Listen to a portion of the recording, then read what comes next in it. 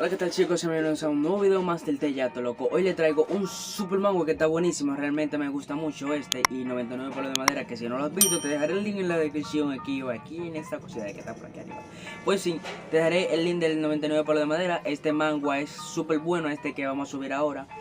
Es un jugador que no podía salir de una torre y la torre realmente lo tiene atrapado por 12 años. Así que espero que les guste, así que vamos allá, que el tipo sale con un poder. ¿Te imaginas que en todas partes del mundo de repente aparece un monstruo desconocidos los cuales comienzan a destruir tu ciudad con todo a su paso? A la par de ellos aparece una gran torre llamada la Torre Tutorial, la cual cada cierto tiempo escoge a personas de todo el mundo la fuerza, sin importar sus talentos, edad o condición física, y que del 100% de las personas solo el 20% sobrevivían a dicha torre, así obteniendo habilidades especiales, convirtiéndolos en cazadores y al mismo tiempo la última esperanza de la humanidad. Pues no te lo imagines más, porque esto pasa en el jugador avanzado de la Torre Tutorial. Resumido.